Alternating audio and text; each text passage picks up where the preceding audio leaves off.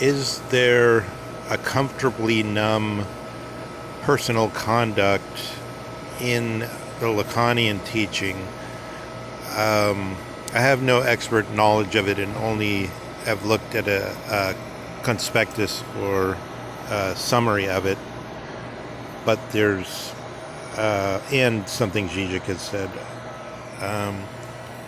there's supposedly 4 or possibly 6 discourses. I guess the 4 that are most core are supposed to be the discourse of the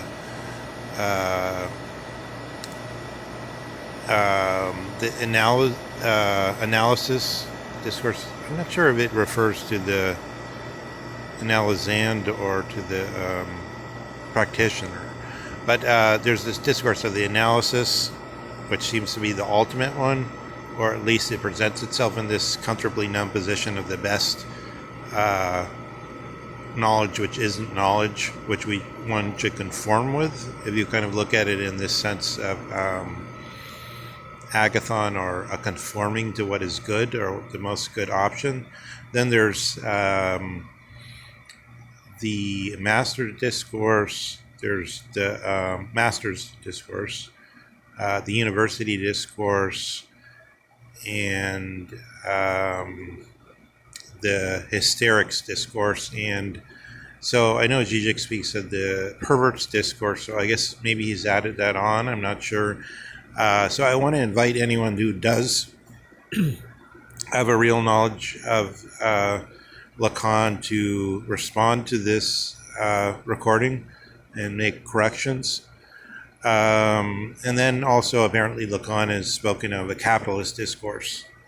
So my question is, in this, are we sort of in a kind of Nietzscheanism where, okay, no more knowledge, because the university discourse which produces knowledge is not the only discourse.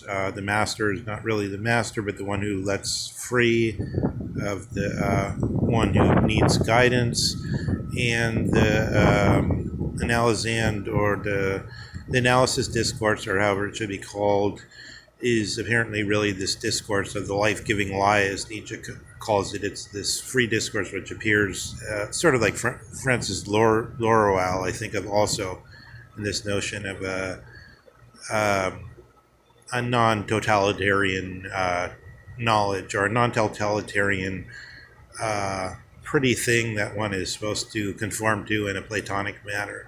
So why is this not just the same thing as the Freudian issue of the, and I recommend it highly in close connection to this, is Mishima Yukio's Madame de Sade. Why is this not just a de Sadean issue of Freud's interpretation of the, well, it's not de Sade actually, it's Massock, but Freud's, but they're so closely related, but of this whipping oneself in order to remain the master. So I whip myself, I say, the Nalazon's discourse, or however it should be called, is not really about knowledge.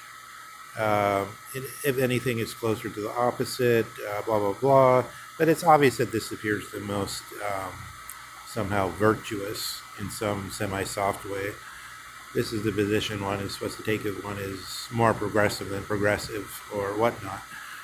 So why is this not just the whipping oneself in order to remain the master, in the form of sort of concealing what one's doing from oneself, in the form of a life-giving lie that conceals from itself that it's a life-giving lie, in order to say it's about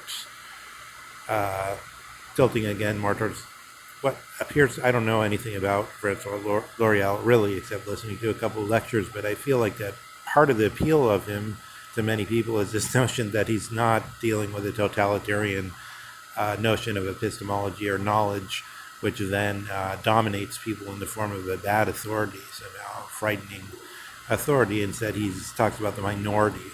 Instead, he gives the impression that he's not forcing anyone to fall afoul of any dogma. Maybe he's not even telling us that we need to study things before we have an opinion about them. So, I mean, I grant, if I don't study something closely, I can't dismiss it very closely. Therefore, again, I say I'm only saying these on a very superficial knowledge about Lacan and only making a provocation in a certain way. But if they're totally wrong, I'd like somebody to tell me why. And I think one has the right to, one who is ignorant has the right to request to learn. So in these cases, and I think in addition, it would be beneficial to everyone if we would have some people who would have really studied a lot of things that they don't find congenial, simply in order so that they can, from knowledge, say why they regard them as bad. So, for instance, Heidegger is a good standard for that. Heidegger, who has studied the modern physics and mastered it, and kept abreast of the dawning developments under Einstein.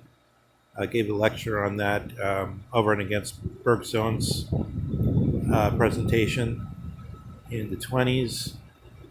And here we have somebody who, out of knowledge of what was coming to power, has taken a different course. This is what's of lasting benefit to Dasein, to get the higher accounts, to get the accounts that have really done the work.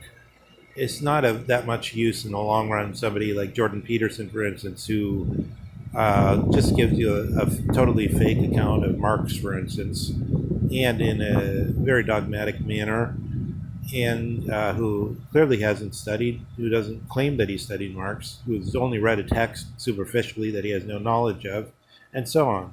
So, I mean, I say that not as a supporter of Marx, but only as a supporter of the view that Marx was a great thinker, not that he had the truth, or not that anyone should use him as a political guide, but only that here we have something that was a great power in the world, obviously, therefore it's worth studying, therefore it's worth repudiating out of, or not even repudiating, but confronting and not taking up on the offer. I see what you're saying, but I don't accept it. But that takes a lot of study. So then if we have people like Jordan Peterson, who are very gained a large audience and who exert a moral sway over that audience, it's in the long run, it's not that helpful, because they haven't reached a high enough standard, and they've locked themselves out from reaching higher enough standard by producing apodictic opinions on things which, in the abstract, they would admit was faulty. In the abstract, Jordan Peterson would admit you shouldn't present yourself as an expert on things you're not really an expert on. You have the right to have your personal opinion about it, but you should really say, I don't really know anything about this, but here's how it seems to me as somebody who doesn't really know anything about it. So, all right, so going forward, there's several other issues closer to the matters of Heidegger that I want to get into. I was trying to go into the issue of the Trinitarian mystery as analogous to Dasein, but I realized that I didn't really know, I didn't have a full sense of the Trinitarian mystery, which is adequate to do it at this point, although I'm still pursuing that in some way. And I want to go back into some accounts about history and what history means in the history of being, and specifically in connection to this Whig history book by Butterfield, which I've been looking at, which is quite interesting as a document of the rising consciousness that history needs to be defined as a science, otherwise it just becomes so history actually became biology, in the sense that history was originally meant investigation, and even up to the year 1900, natural history meant the exact same thing as biology, going around studying animals and things like that. But history, in the sense of political history, the history of wars, the use and abuse of military history, the use and abuse of history for life, etc., etc. I want to go more into that direction. So all comments are welcome.